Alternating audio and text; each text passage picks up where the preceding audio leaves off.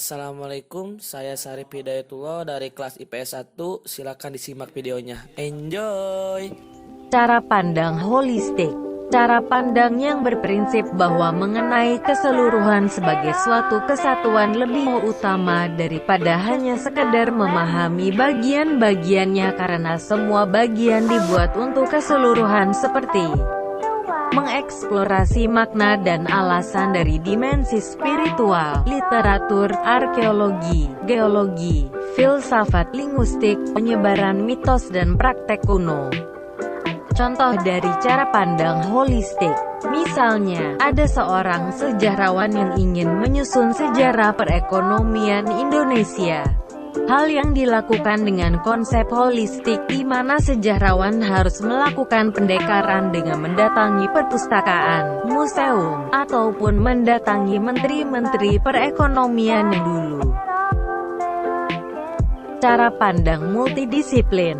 Multidisipliner adalah penggabungan beberapa disiplin untuk bersama-sama mengatasi masalah tertentu. Dengan menggunakan tinjauan berbagai sudut pandang banyak ilmu yang relevan. Multidisipliner menampilkan dua model penelitian, yaitu multidisipliner murni. Setiap ilmu seolah-olah masih berdiri sendiri dengan teori dan metodenya masing-masing, dan multidisipliner terapan. Salah satu ilmu menduduki posisi dominan. Manfaat sejarah. 1. Sebagai sumber inspirasi, artinya sejarah digunakan sebagai sumber inspirasi untuk kita saat ini. Misalnya bangsa Indonesia yang dulu pernah berjaya di zaman kerajaan Hindu-Buddha, bisa digunakan untuk inspirasi agar Indonesia kembali berjaya di era modern saat ini. Sejarah juga bisa menjadi sumber inspirasi contoh karya seni, mulai dari film, buku novel, dan musik. 2. Sarana edukatif dengan mempelajari sejarah mengenai tokoh peristiwa bersejarah yang telah terjadi di masa lampau. 3. Sarana rekreasi yang mempelajari sejarah dengan mengunjungi candi-candi dan museum-museum.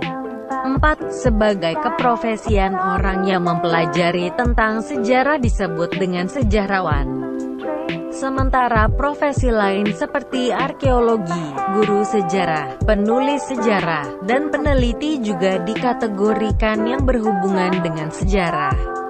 5. Memperluas wawasan dan pikiran. Sejarah sangat luas dan beragam.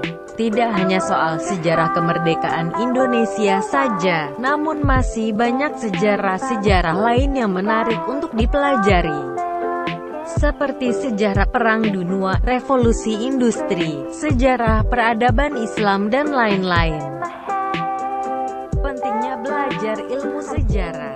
Pentingkah sejarah sebagai pelajaran wajib di sekolah? Sangatlah penting, karena generasi muda sejarah juga harus mengenal siapa pendiri bangsa ini. Dengan mempelajari sejarah memungkinkan manusia zaman sekarang mengetahui kesalahan-kesalahan manusia di masa lalu. Dari masa lalu, generasi sekarang harus bisa mempunyai jiwa pekerja keras dan tinggi seperti pahlawan agar sebuah tujuan terwujud. Dari potensi masa kini, Indonesia kedepannya akan maju dalam bidang iptek, ekonomi, teknologi, dan jika generasi muda bersemangat dan bersungguh-sungguh maka akan tercapai. Contoh pertama dilakukan dalam penelitian kelompok seperti proyek.